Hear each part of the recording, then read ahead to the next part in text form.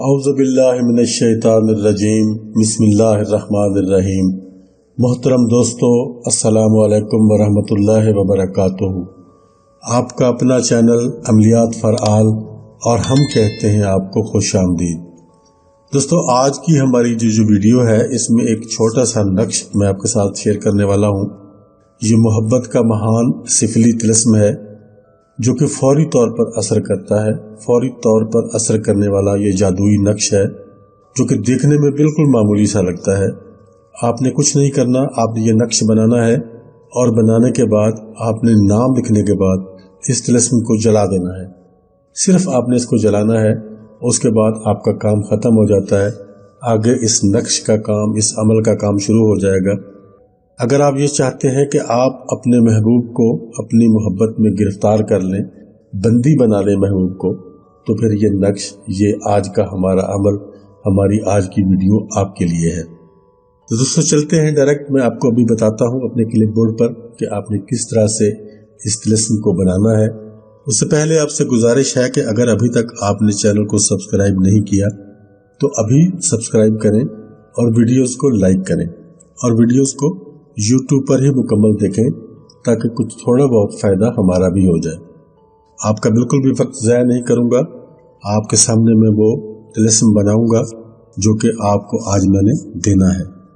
ये देखें, आपके सामने ही बनेगा। मैं आपको अलग से वीडियो में नहीं दूंगा, आपके सामने ही बनेगा और इसी तरह से फिर आपने इसको बना लेना है।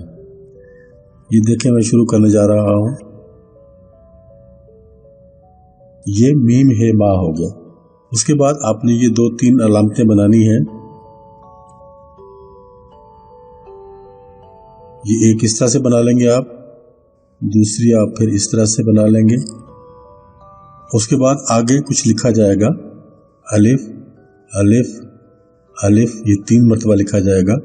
उसके बाद वाव, फिर वाव और उसके बाद ये अलामत इस तरह से आपने बना लेनी है। दोस्तों, ये आपका नक्श मुकम्मल हो गया। जो तिलिस्म आपने बनाना था वो आपके सामने बनकर मौजूद है।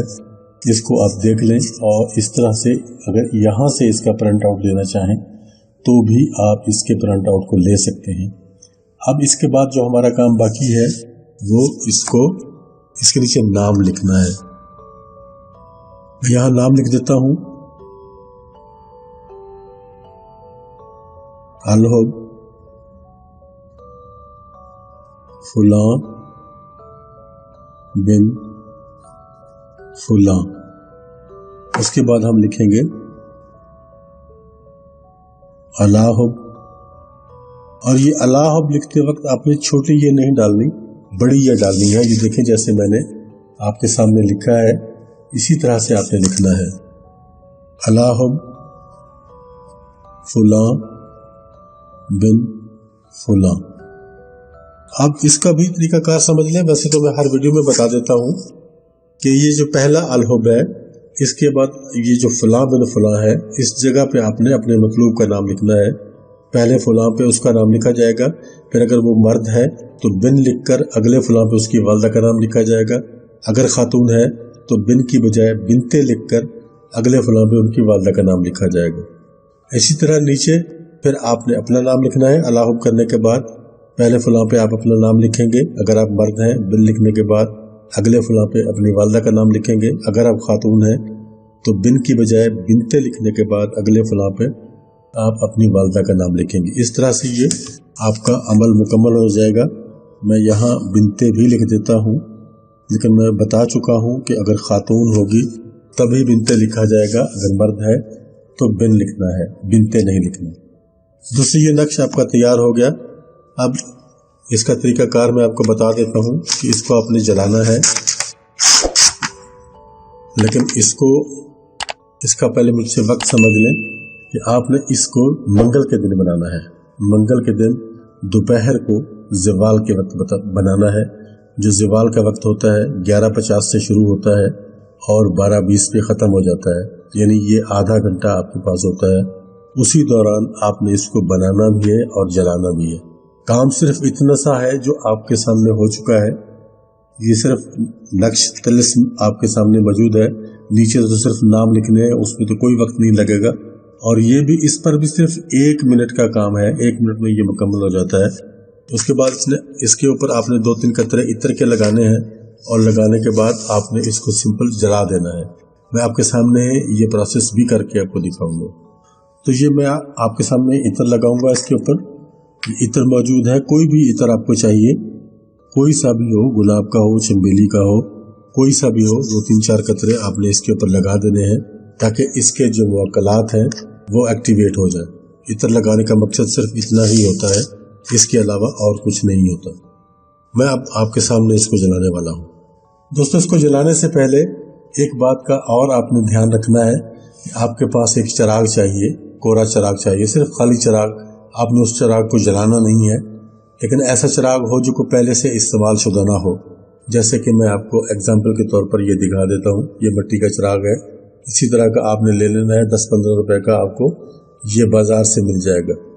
इस चिराग में आपने इस तावीज़ की जो राख है जलाने के बाद वो आपने इस चिराग में डालनी है और इसी चिराग में डालकर फिर आप उसको डिस्ट्रॉय करेंगे। जैसे भी करेंगे वो मैं आपको तरीके का सारा बता दूंगा। इसको जलाने के बाद आपने इसकी राख को इस चिराग में डालना है। तो हम चलते हैं, तावीज़ को जलाते हैं। आपके सामने ही जलेगा ये। किसी भी तरफ से इसको आप आग दे सकते हो, इसमें कोई प्रॉब्लम नहीं है कि राइट से देनी है या लेफ्ट से देनी है। इसको सिर्फ आपने जलाना है और इसका कोई काम नहीं।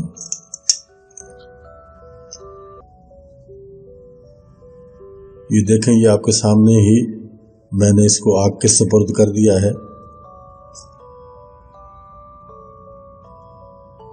इसका आपने यकीन कर लेना है कि ये अच्छी तरह से कागज जल जाए, बच ना जाए। अगर बच जाता है तो फिर आपके लिए मुश्किल हो सकती है, आपके अमल में खलल पड़ सकता है। आपने इसको यकीनी तौर पे जला देना है, इस बात का ख्याल रखना है। उसके बाद हम इस राख को उठाएंगे और इस चिराग में डालेंगे। ये आप देख रहे हैं, आपके सामने ही ये सारा प्रोसेस हो रहा है।